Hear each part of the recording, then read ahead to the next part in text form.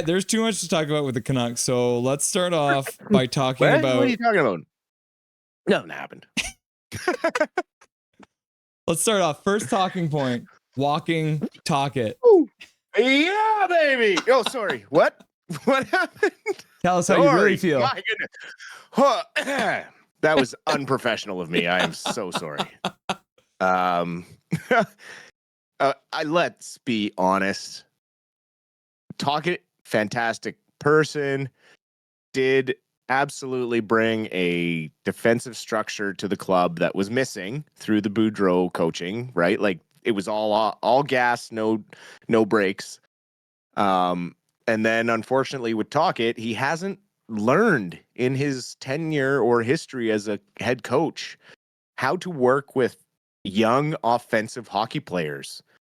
You look at the list of offensive talent that Tocchet has had his hands on as a head coach, and it's just mind-boggling to think how he has not had success offensively. And it just is, I don't know if he just so truly believes in his system that it will work one day and he is just stuck in that, or if he just continues to kind of hire the wrong people around him and not really get better at that part of the game. But you look at the teams that are having success in the playoffs and just in the NHL in general, and what is the one thing that all of them do? They get shots on friggin' net. They're not coming into the game, the end of games with, 15, 16, 17 shots on net. All of these teams have 30, 40, some of them have 50 shots on net some games, right? Like that's one of the biggest things is Tocchet's offense doesn't generate extra chances when you're not hitting the net and you're not giving yourself the volume to actually score in bunches. There's a number of breakdowns online. You can see different players. And if you look at like the Arizona players, the 3 years that Tocchet was there, every single one that was an offensively gifted player trended downward for 3 years. As soon as he was gone, boom, it was like all of them were shot out of a rocket. And you can't call it a coincidence when every single player rebounds after he leaves. Fantastic analyst, really great guy, I'm sure. He seems like a down-to-earth, like straight shooter, very respectful person. But as a coach, I just could not get behind the style of system he had, just refusing to put a bumper on the power play when you know that's a successful pattern. Stuff like that just blew my mind. And then not sticking with certain line combinations. When you constantly shuffle your lines, no one gets chemistry and consistency. And the one thing he talked about all year long was consistency. It was so hypocritical, the things he would say about his coaching style and the other things that he would portray on the ice.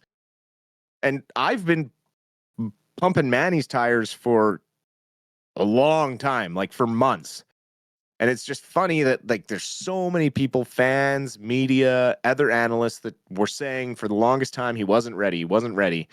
They need to use this option, bring Tocchet back for one more year. Now all of a sudden they're looking at, oh wait, Abbotsford made the playoffs with the fifth youngest team in the AHL.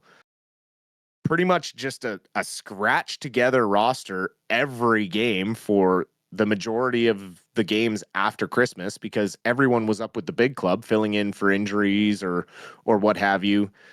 And to be where they're at right now and the style of play that they're playing in the playoffs, you look at it and it's championship hockey. Mm-hmm.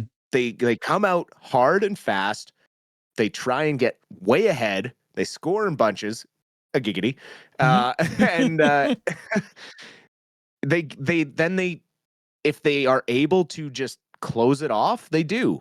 And they slowly retract if they can, but if they need to push the play, they push the play. And it's just really, really fun hockey to watch. Like you see guys thriving in the positions that they should be in. He's had to retool the lineup all year and shuffle lineups. Yes, you can say that Malhotra was shuffling the lines all year too, but he was forced to do so.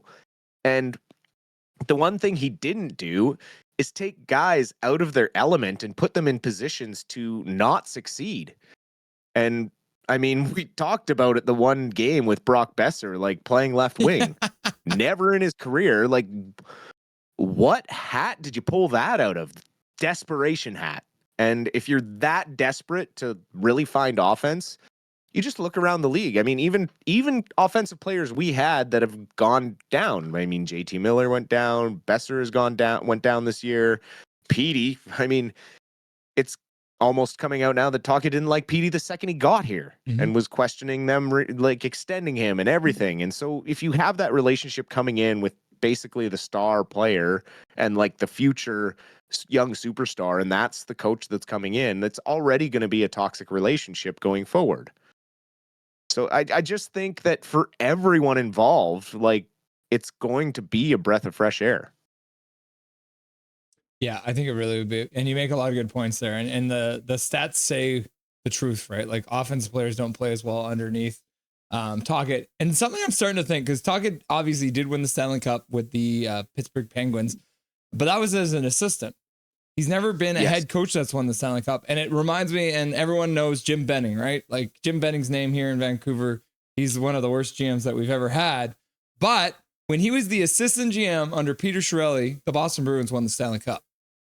So there are certain individuals that are really good as assistant coaches and certain individuals that are really good as head coaches. I'm starting to think that Rick Tocchet is an amazing assistant coach, but he doesn't have the capacity to be a head coach, because when everything falls on him, he can't keep his mouth shut on certain things. And that just causes more drama because they did not handle the whole situation here in Vancouver very well this year. And things just went from bad to worse. And I think a large part of that was how Jim Rutherford and Rick Tocchet couldn't keep their stories in their mouths straight and shut. Absolutely. 100%. Like, absolutely. And we saw it all year with just the turmoil and mixed messages and one saying one thing and the strings are saying another thing. You know, I look at this as a great potential reset for just everything that has gone on with this horrible year.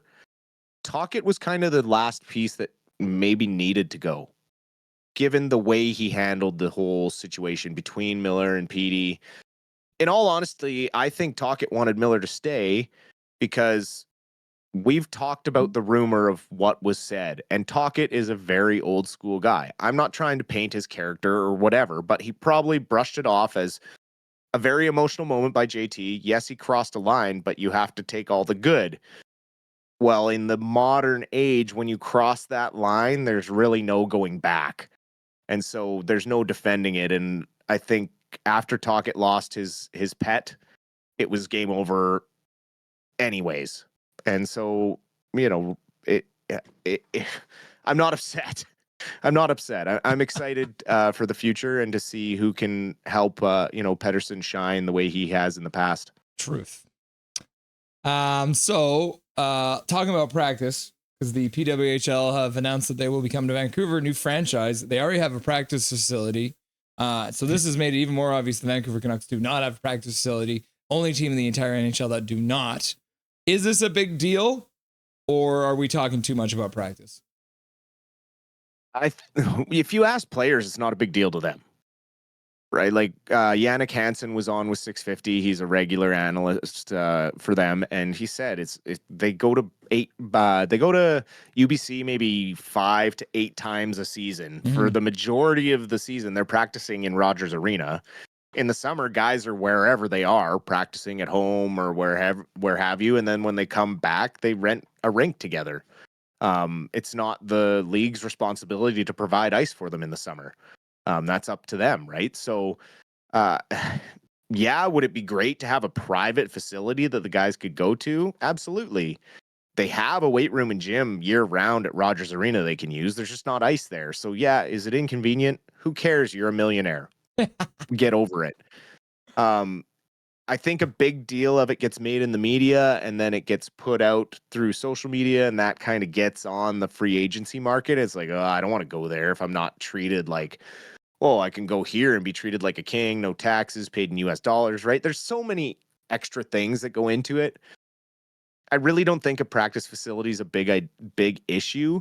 I think it becomes a bigger issue given the way the Aquilinis have kind of handled it, and that they really don't want to do any work. They just want to throw a Canucks logo on the side of the building and be like, hey, look at our practice facility. Yeah. And, that's kind of not how things work these days. You got to put up some money and maybe, do a little bit of the grunt work. But, well, the saga continues on that one. We'll see what happens. But it shouldn't be a relevant thing to the players. And I don't think it really is. I just think it's, again, this is such a hockey thirsty market. Everything has to be made into a story and everything kind of has to create controversy. So you have these talking points where we can kind of go from either side and be like, yeah, would it be nice to have it? Absolutely. But I really don't think it's a be all end all thing for like free agents or people to come here, and for guys to train in the summer. I mean, most guys go train wherever they are, like with Gary Roberts in Toronto. They're not in Vancouver. Like, this whole idea that Petey needs to stay home and be babysat is just so ridiculous. They need to just tell him a plan and let him grow up. So, at the end of the day, I really think that Petey's going to have an amazing bounce back season next year, and he's going to shut up a lot of people, and I'm going to be vindicated. Hughes' future with the Vancouver Canucks, obviously now. He gave his support to Rick Tocchet earlier in the year, saying that he was the best coach he's ever had. Does Tocchet walking around with the team make you nervous about the prospect of Hughes doing the same thing in 2 years' time? I don't think so. I think Hughes is enough of a professional to realize that this happens. He's had plenty of coaches throughout his entire career. Yeah, you're going to encounter a coach that is the best one you've ever had, but the next coach he has might be the best coach he's ever had. We don't know that until he forms a relationship with whoever they hire. That coach has 2 years to get him on board with whatever is happening here. If they're super close, then yeah, they're going to have more leverage to be like, okay, Quinn, stay here. Obviously there's stuff about the brothers wanting to play together. I mean, who wouldn't want to play with their brothers in the NHL? I mean, really. But it's going to be tough to put those 3 guys on the same team. Is going to be expensive. How do you insulate the rest of the team? How do you pay for the rest of the team? That to me seems like more of a late career type of dream for the 3 Hughes brothers to kind of be united, kind of like the Stalls tried to do later in their careers. It just doesn't seem like something that's feasible for really any franchise to have all 3 of those players on their team, because they're going to be making way too much money. And you just won't be able to have anyone else. So I think the Canucks will have some work to do to save face with Quinn, but I think he is enough of a professional and mature enough. We've seen it year after year, the way he comes in and improves each season. I think we'll see it again with whoever they hire. They'll have a sit down with Quinn one-on-one, talk about, what the vision is going forward for the next year. They'll have a target for first round of playoffs or second round of playoffs. And then the next year is the cup, right? So we'll see what happens. But I'm confident going into this offseason that some effective moves can be made for sure. Canucks will win the Stanley Cup next year. I already said it. You heard it here first, and I'll be reminded on Reddit when I said that as well coming up. Yep. Rutherford can't shush. Is it the ramblings of an old man or the conniving plan of a businessman? I think fans have always begged for honesty in this market, have they not? Mm-hmm. He's just giving the fans what they want. I think as a fan, given everything that's going on with this organization, a little bit of honesty is kind of nice. And, the whole idea of him getting a tampering charge for saying well, the only way to get the Hughes brothers here is to trade for them or bring them here. Yeah, it's the truth. There's no real other way to bring them here. They're not going to come here through free agency. Yeah. So if Quinn wants to play with his brothers and they're going to be on the Canucks, they're either going to have to be a huge offer sheet given to Luke in this summer coming up, or they're going to have to make some kind of big trade with New Jersey, which I really don't see happening. It's called a pipe dream. Everyone wants to do what those brothers want to do. It just may not happen. Not everyone's the Sedins and gets to play their entire career on their brother's same line. So, and there's, you know, a lot of other things he talks about and things, but it's refreshing, to be honest, because we hadn't heard enough from Rutherford. And I think it's just this fan base is so finicky, right? It's hot, it's cold, it's hot, it's cold. You know, they talk about they want to hear more, and then when he comes out and says more, it's like, oh, that's too much. You're gonna screw everything up. No one's gonna want to come here. And it's like, well, fuck, no one does want to come here.